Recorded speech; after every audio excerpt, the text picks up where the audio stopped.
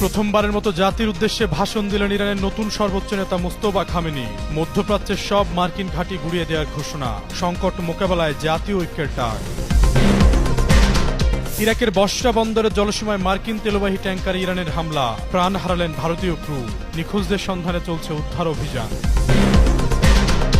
ইসরায়েলের রাতভর লেবানন ইরানের যৌথ মিসাইল হামলা, উত্তেজনার মধ্যে যুদ্ধবিরতির প্রস্তাব তেহরানের, মুখ খুলেননি ডোনাল্ড ট্রাম্প।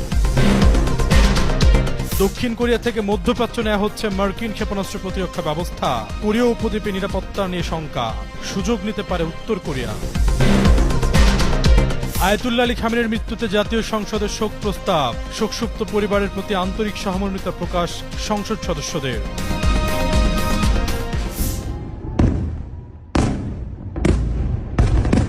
ইরানের নতুন সর্বোচ্চ নেতা হিসেবে দায়িত্ব গ্রহণের পর প্রথমবারের মতো জাতির উদ্দেশ্যে ভাষণ দিয়েছেন আয়াতুল্লাহ মোস্তফা খামেনি। বৃহস্পতিবার তার রেকর্ড করা ভাষণটি ইরানের রাষ্ট্রীয় টেলিভিশনে প্রচার করা হয়। এর আগে গত রোববার তিনি ইরানের সর্বোচ্চ নেতা হিসেবে দায়িত্ব নেন।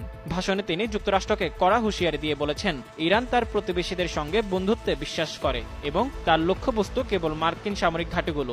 এসব হামলা ভবিষ্যতেও বজায় থাকবে। মধ্যপ্রাচ্যের অবস্থিত সব মার্কিন ঘাঁটি অবিলম্বে বন্ধ করার দাবি জানিয়ে মোস্তফা খামেনি বলেন, এই অঞ্চলের সব মার্কিন ঘাঁটি এখনই বন্ধ করতে হবে, অন্যথায় সেগুলোতে হামলা চালানো হবে। বর্তমান সংকট মোকাবেলায় জাতীয় ঐক্যের ডাক দিয়ে মোস্তফা খামেনি বলেন, শত্রুদের উপর চাপ সৃষ্টি করতে হরমুজ প্রণালী বন্ধ থাকবে। তিনি আরো বলেন, আমরা আমাদের শহীদদের রক্তের বদলা নেব। সম্প্রতি ইরানের ড্রোন ও ক্ষেপণাস্ত্র হামলার লক্ষ্যবস্তু হয়েছে অঞ্চলের বেশ কিছু দেশ। তবে তেহরানের দাবি, তারা কেবল মার্কিন সামরিক সম্পদকে লক্ষ্য করে এসব হামলা চালিয়েছে। সামরিক বাহিনীকে বিশেষ ধন্যবাদ জানিয়ে ইরানের নতুন সর্বোচ্চ নেতা বলেন, আমি সেই সাহসী যোদ্ধাদের ধন্যবাদ জানাতে চাই, তারা এই কঠিন সময় দুর্দান্ত কাজ করছেন। তিনি আরো বলেন, ইয়েমেনের প্রতিরোধ যোদ্ধারা এবং ইরাকের সশস্ত্র গোষ্ঠীগুলো ইরানকে সাহায্য করতে চায়, তারা তাদের দায়িত্ব পালন করবে। দেশবাসীর জন্য কিছু জনকল্যাণমূলক ঘোষণাও দিয়েছেন মোস্তফা খামেনি। তিনি জানান, যুদ্ধে আহতদের সরকারিভাবে বিনামূল্যে চিকিৎসা সেবা দেওয়া হবে। বর্তমান পরিস্থিতিতে যারা ক্ষয়ক্ষতির শিকার হয়েছেন তাদের আর্থিক ক্ষতিপূরণ প্রদানের মাধ্যমে পরিস্থিতি মোকাবেলা করা হবে।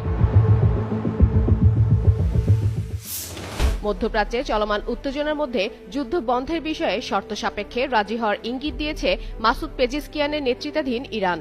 দেশটির প্রেসিডেন্ট জানিয়েছেন, স্থায়ী শান্তি প্রতিষ্ঠা করতে হলে আন্তর্জাতিক মহলকে কিছু নির্দিষ্ট শর্ত মানতে হবে। বুধবার সামাজিক যোগাযোগ মাধ্যম এক্সে দেওয়া এক পোস্টে তিনি জানান, রাশিয়া ও পাকিস্তানের নেতাদের সঙ্গে আলোচনার সময় ইরানের অবস্থান স্পষ্টভাবে তুলে ধরা হয়েছে। তার মতে, বর্তমান সংঘাতের জন্য দায়ী জায়নিস্ট শাসন গোষ্ঠী ও যুক্তরাষ্ট্র। ইরানের প্রেসিডেন্ট বলেন, তেহরান অঞ্চলটিতে শান্তি বজায় রাখতে প্রতিশ্রুতিবদ্ধ, তবে যুদ্ধ বন্ধের জন্য ভবিষ্যতে আগ্রাসন ঠেকাতে